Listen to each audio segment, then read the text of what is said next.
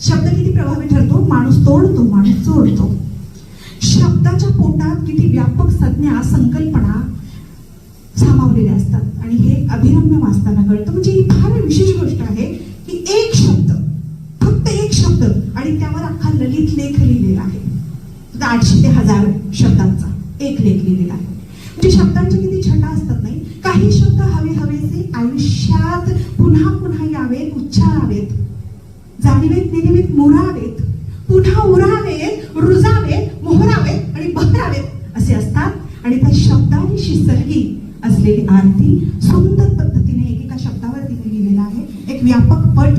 मी तर म्हणते प्रयोगशील हे पुस्तक साहित्यात एक वेगळा प्रयोग ठरेल, जसं तिथमे सर म्हणाले.